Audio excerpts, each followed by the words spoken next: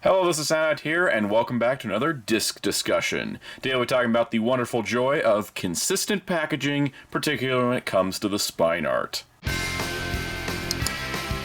It's morphin' time! So usually when we talk about packaging consistency for Blu-Rays, I think the biggest discussion comes up with the spines. And that's really where I want to start, because spine consistency honestly is more important than cover consistency. So what am I talking about? Well, as you can see with these nice Gundam Blu-Rays from Nozomi Entertainment, each series has the same kind of spine design where you have a series logo, the collection number, and then a picture of the main Gundam. So for Volume 1 here, which features the Gundam Mark II as its primary Gundam, it has that on the spine. And then when you line it up with all the other Gundam Blu-Rays, it looks pretty nice and consistent. In fact, if you, look here, there's a slight deviation. All right, well, this is an OVA series. Let's put the 3 TV shows together, and hey, look at that. You've got a very nice lined up spine. All the logos are in the same place. And hey, the numbering system's different on all of them, but they're different shows. Okay, well, let's start to expand this little collection here. And let's throw in the Gundam movie trilogy, which is the compilations for the original show. And, ooh, what the heck? It's a heck of a lot lower there. The logo's in about the same spot, and the color's a little different, but it's a little lower. Let's throw in the Zeta Gundam movies with Zeta Gundam. Okay, let's see here. We've got something along the lines of, oh, yeah, you know that actually doesn't look too bad. I mean, the Zeta Gundam's picture's a little bigger there, but it's still, the head and the torso of the Gundam, so we got that. Let's put 0083 back in. Let's see if this is working out. Because, yeah, so far, there's some slight variation here, but, totally doable, totally workable. Yeah. Let's throw Gundam 0080 in. Oh, what the heck? So this is something that is a funny story. The Gundam 0080 Blu-ray, for whatever reason, is the first to break the trend. It has a wraparound cover. You get Alfred Izuhara as the main character, but there's no little picture of a Gundam here. And that'd be fine if it wasn't for the fact that literally all the other Blu-rays have pictures of the Gundam. Now, the funny part is that the DVD edition of 0080 from Nozomi was different packaging art and had the Alex in a little box on the side. But then it's not consistent because you have a DVD sticking up in the middle of these Blu-rays. So is there any winning this fight? Not really. Is it something I'm going to worry about? Not that much. I mean, when you're talking about, minute details, Gundam 00 here, it goes first season, second season, special edition, Awakening of the Trailblazer being the movie, suddenly uses a different font. It's slightly varied, but hey, they're actually pretty consistent having each of the main Gundams on the spine. So, honestly, Gundam gets a passing grade in the consistency department, especially when you consider multiple series, because hey, original Mobile Suit Gundam, those match. Zeta Gundam matches, Double Zeta, X, Turn A, G, Wing, all those. They all match what they're supposed to go with. So let's talk about something like Lupin III. I've actually never talked about Lupin on the channel, but Discotek Media's Blu-ray releases of Lupin III are some of the best and most consistent things in the business. So for example, here we have Lupin III Part 3, The Pink Jacket Adventures, and then here we have Lupin III Part 5. I do have a Part 4 Blu-ray. It's been on back order for a while, so excuse my, missing a chunk in between. And I'm waiting for Part 1 and Part 2 to come out on Blu-ray. I'm not going to pick up the DVDs at this point. But anyways, side notes aside, you can see how they use the similar logo. Both of them have complete collection along the top, and then a descriptor, so this is the Pink Jacket Adventures, this is Adventures in France, or Misadventures in France, how many episodes, and all that. And then when you put them on their side, you can see that they have, similar styling. So you've got Lupin III, Part 3, Part 5, this one says, Japanese language, English, and Japanese, and episode counts like that. What's also cool is if you look on the back, they have a ton of information, but they're in the same style. So I'm really hoping that somehow, even though Sentai Filmworks is the ones licensed Lupin III Part 6, we're going to still get a Discotek release of it because it's just going to match the rest of the series. And, you could put something like this where it says as seen on Toonami, but you just put as seen on High Dive or something. But we'll see what happens with that. So consistency is pretty nice. When it comes to the Lupin movies, here we got Legend of the Gold of Babylon and the Castle of Cagliostro in the 4K edition. You can see that while they don't have anything that necessarily lines up on the side, the Lupin logos are in the same place. The logos for the movies are here. You got the Lupin III series up there as well. But what's really nice is on the back, it says, you know, theatrical film number 2, 1979, with the original Japanese title included, and theatrical film number 3, so you have an idea of what order they go in. And that brings us to some of the other material from Lupin. So, the Woman Named Fujiko Mine spin-off series doesn't have the same style as the Lupin III series. But that's fine because it is kind of its own universe, it's its own style and theme, it's a bit darker, more mature. And it had 3 movies to go with it, one of them being Fujiko's Lie. And again, on the back it says Lupin the Third film with the number 3 RD. Part of that to put it with, well, actually it's the Roman numeral 3, sorry. So instead of Lupin the Third with the 3, it's got the Roman numeral, so it's Lupin the Third. But those movies have kind of a different style to them, so they sort of match up with the woman called Fujiko Mine. And then you also have this, which Shout Factory and G-Kids released Lupin III the First because it was kind of a movie. They got the theatrical deal for this. This is a nice steelbook, but being a CG anime film, it is its own little thing. So even though it's not made by Discotech, there is some consistency. But where Discotech wins this whole anime volume game completely is with the Lupin TV specials. So there was like 29 of these, I believe. So what's cool is you have each of them have a picture of Lupin, the logo, and then down here, like it says, special number 7, 1985. It's also written on the back, but what's cool is when you have the TV specials lined up, you can actually get a very consistent collection. You also know what order they came out in, and therefore what order they should go in. So we got 95, 6, 8, 99. I don't own everything yet. I got pretty much everything on back order that I don't have here. 2000, 2007, 2010, and 2011. So you can kind of see that just as a quick glance, if you wanted to know what order these go in, you don't have to look it up online. It's very, very nice. It's much like the Dragon Ball Super Blu-Rays, what I've talked about in the past, where they mention what episode numbers are in each. So instead of just having big numbers to tell you which TV special it is, this little indicator is really helpful. And then they continued it. So the Return of Paikal OVA also says OVA 1 2002. So you have the option of putting it, as an OVA category, or if you wanted it in release order, it doesn't look out of place because from a distance, all you're seeing is the date that says 2002. So really great stuff. I like how the TV shows have a style to them, the movies, the Fujiko Mine stuff, and then, of course, the TV specials and OVAs are in a very nice, consistent, similar style. Now let's talk about something with packaging consistency that I love. Connecting spine mural art. I was probably first introduced to this with the Dragon Ball Orange Brick, Blue Brick, and Green Brick sets for Z, Dragon Ball, and GT. Because that's what ended up getting me to kind of keep going with those. Because eventually you'd have this nice mural of Shenron, for each series. And it was really cool when you had all the sets together. You could take the slip covers off and then they'd have the connecting mural. And in fact, Ultraman is a great example of this if I haven't talked about it. Mill Creek's Ultraman sets, they released Steelbook editions, and I usually prefer Steelbooks, but how could I pass up on this? This is just gorgeous. I mean, it's fairly even. You got 7 sets, so you got, Jack in the middle. But you know what? I really like it. I really like it. Even if we're going to talk about how, consistency-wise, there's like a grayish, it's like a tiger pattern on Ultra Q, so the color's a little different than the rest of these. But for the most part, this is a very consistent, very beautiful set. And they're doing this with the Tiga, Dyna, and Gaia DVDs, even if I don't necessarily want to buy those. This is a very nice packaging layout. I really like it. It's also a way for companies to get me to buy stuff again. Case in point, YuGiOh. So for me, as a kid growing up in the 2000s, I collected all of the first season of YuGiOh across 16 DVD volumes. 16 DVD volumes. That was a little nuts.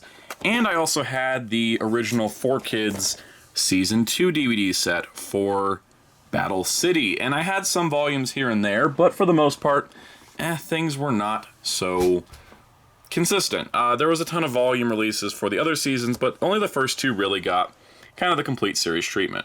So when 4K Media announced that Flatiron Films would be releasing new YuGiOh DVDs, I thought, all right, well, I don't need season 1 and 2. I especially don't need season 2. I already got that in a box set. You know, I could skip them over. And then I was at Hastings, which was a store I missed because it used to have all these home video things, not necessarily in stores, but I saw this and I was like, oh, hey, there's the season 1 set. Hey, that's actually only 6 DVDs. That's actually not bad. They also released these as volumes, by the way. These are collections of volumes. But the season set, I saw it, I picked it up, and I was like, this is kind of nice that it's really compact. Maybe I do want to get this. And I saw, oh, what the heck is this? It's, you know, the left arm of Exodia. And then that's how we ended up here. Because I was thinking to myself, I just get season 3, 4, and 5. But I ended up buying the whole set. As you can see, this is just really, really cool. But it gets better. So, yeah, so I got season 1, 2. And this only, you know, they released 2 versions of these. There was like a complete set, and then there was the 2 volumes inside released separately. But the funny part about these, and this is what I love about them, if you turn them around the opposite direction, so here's season 5, and here's season 4, and here's season 3, and here's season 2, and here's season 1. Oh wait, that was season 1. And here's season 1. You get 2 spine arts. 2! I know this is like probably just not exciting to some people, but this, oh my god, this is cool. Because not only do you have the spines on the complete series packaging, you have the spine art for the volumes. So the 11 volumes also has spine art.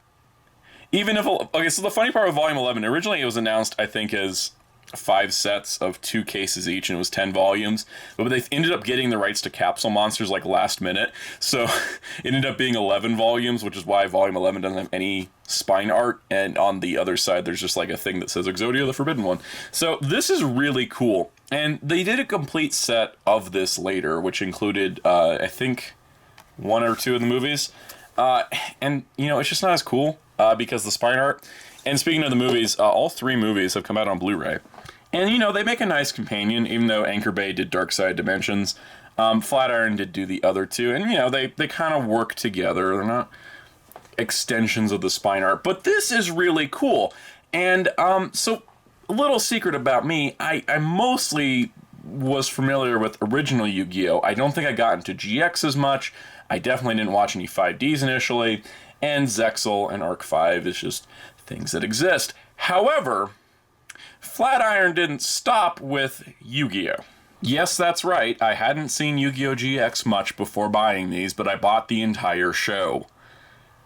I have a problem. I haven't even finished this show. I'm gonna be real. I have had these DVDs for years, and I haven't finished GX. I like YuGiOh, I really do, and it's something I've, you know, grew up with, but it's not something I've been able to go finish. I've never actually finished the Season 3 DVD set. I have a note in my phone, like I'm going to.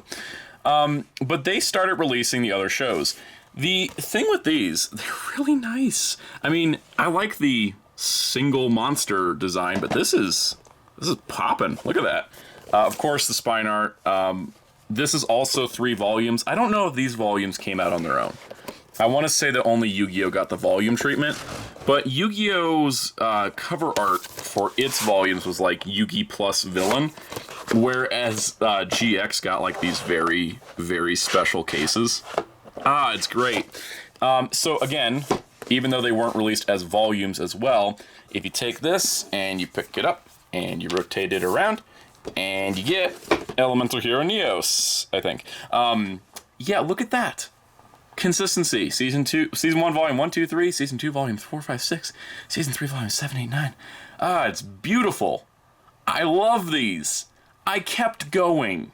So between Seasons 1 and 2 of GX, they threw out Season 1 of 5Ds, and between Seasons 2 and 3 of GX, they threw out Season 2 of 5Ds. Now, here's the secret. I've actually finished 5Ds twice. I actually really love this show. So while I was waiting for Season 2 of GX, I ended up watching the Season 1 set for 5Ds, falling in love with it, deciding I needed to watch the Japanese original because of how many episodes didn't get dubbed. Watched all of that, and this is by far my favorite YuGiOh show. period. And I mostly bought it because spine art. Wild when you think about it. So with 5Ds, it had less episodes dubbed, because these don't include the Japanese episodes. These are dub only. I should have said that, but they're all dub only.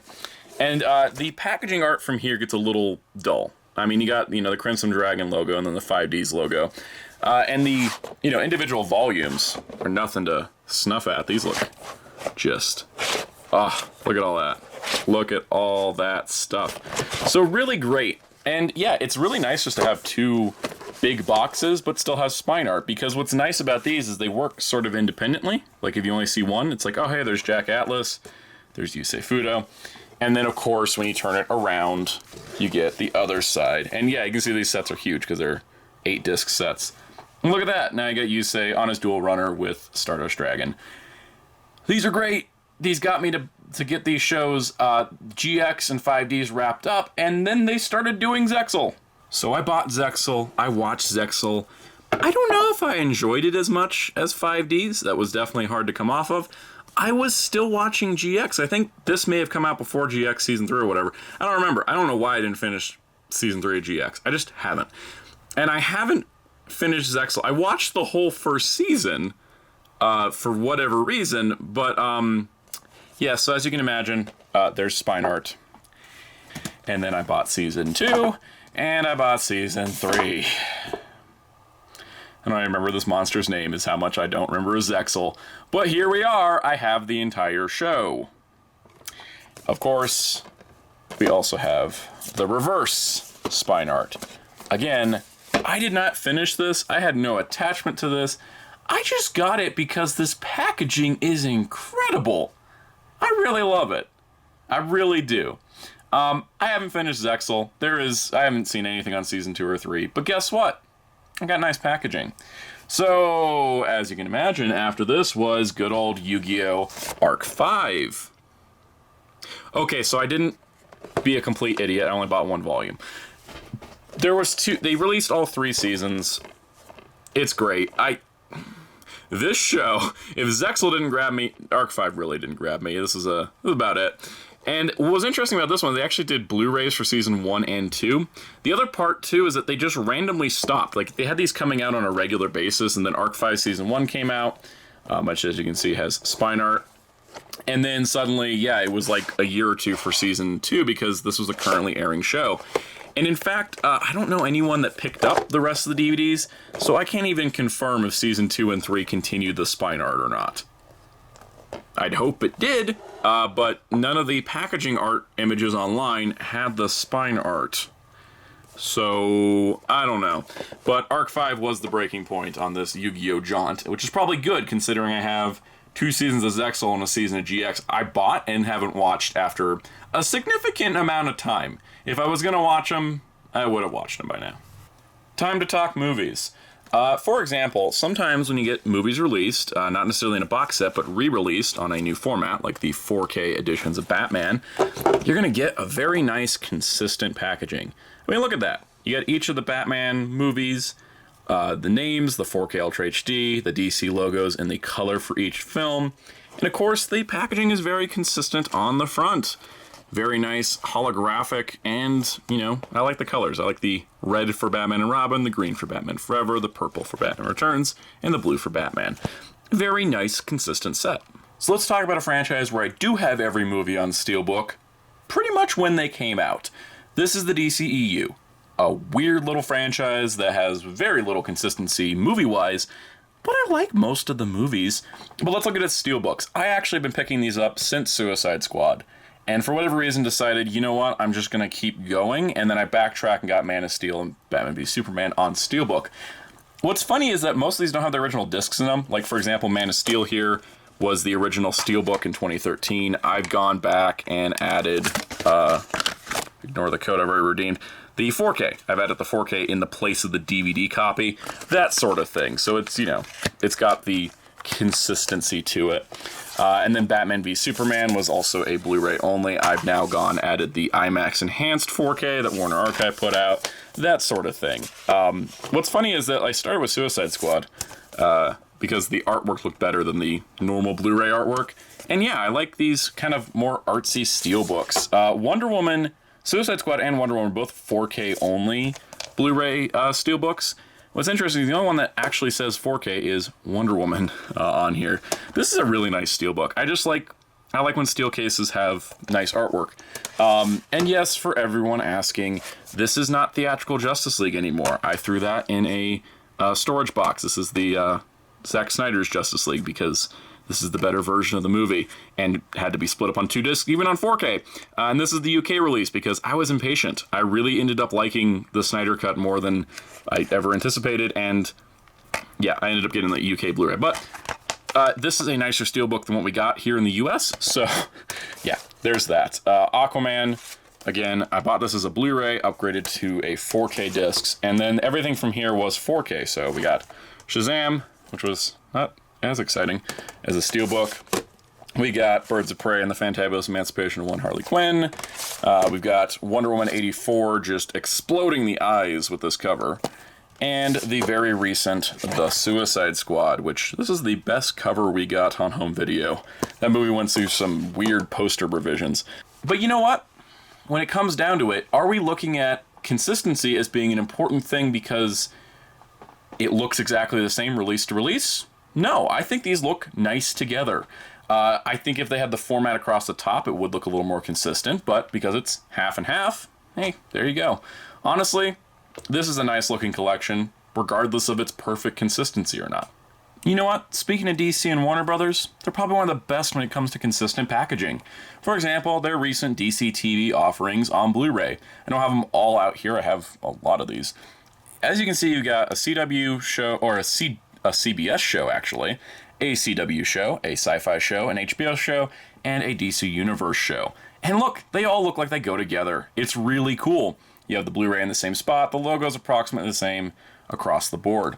And what's nice too is that all these sets have slipcovers that open from the side, which is really neat. So there's Supergirl, and you see that Black Lightning, Krypton, Watchmen, Swamp Thing, they all just kind of go together. I mean, look at that.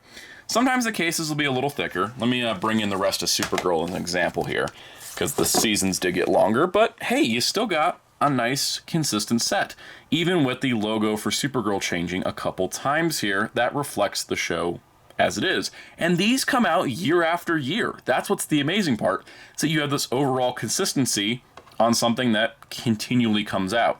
The only difference is that, like, all the Supergirl seasons are red on top except for season 4, but hey, you can't actually notice that when it's on a shelf. So honestly, I like this. I like that each show has its own look, but they all kind of blend together. I mentioned in my previous disc discussion about how Gotham has like one season that's bright white, Legends has a bunch of seasons different colors, so there's some slight variation, but for the most part, these all look like they go together. And then also in the case of something like Black Lightning, for whatever reason, Season 1 was released at wide retail, whereas Seasons 2, 3, and 4, haven't gotten 4 yet, were Warner Archive releases. So they don't have the slipcovers, it's the nature of Warner Archive, they're manufactured on demand. But when you slip them in here, they don't look too out of place because they use the same spine art design. It's slightly adjusted because it's not, cardboard sleeve, but there you go. It looks and blends in well. And heck, this even continues forward into other shows that were only released on Warner Archive, such as Lucifer. And as you can see, I'm not going to expand the shelf here, but again, it goes with that similar branding and style. So all your DC TV kind of lines up together really nice. As a quick aside, I do appreciate how the Watchmen HBO series and the Watchmen Ultimate Cut kind of complement each other really nicely on a shelf. I'm about to show you the most consistent spine art on releases that span nearly a decade that you will ever see. And the answer may surprise you. What the heck? Of everything in my collection, I did not expect to be saying the most consistent spine art over multiple releases over several years would be Lego DC.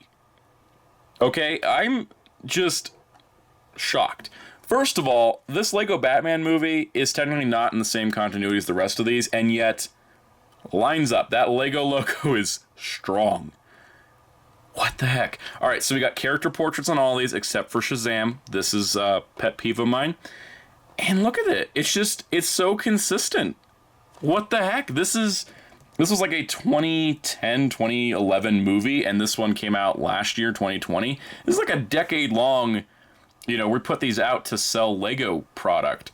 And most of these came with minifigures. I think Family Matters came with a polybag Batmobile, and then Shazam came with nothing. Or did it come with somebody? Anyways, I don't remember exactly what came with all these, because they're here. And then, yeah, obviously we got slipcovers for 2 of these. I would have had a slipcover on Flash. I know this one wasn't released with the minifigure, but I just waited to buy it for some reason. Anyways, point is, if you look at this is some, there's consistent continuity too, especially starting here through here. But what the heck, why is this the most, and you know what, let's just pull the slipcovers off these two. Let's just really, like, sell it here. This is, like, one of the most consistent collections of movies, and these all came out one at a time. This is not like a repack box set. Why is this so good? I don't understand. So next, let's talk about Courage the Cowardly Dog Show, starring Courage.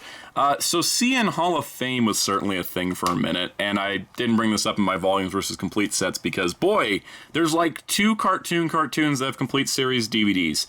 Those Powerpuff Girls and Courage. Yeah, no, the other ones just didn't happen. But some of them got Season 1 releases and these nice shiny hollow foil covers. Courage was one of those. It was one of the first.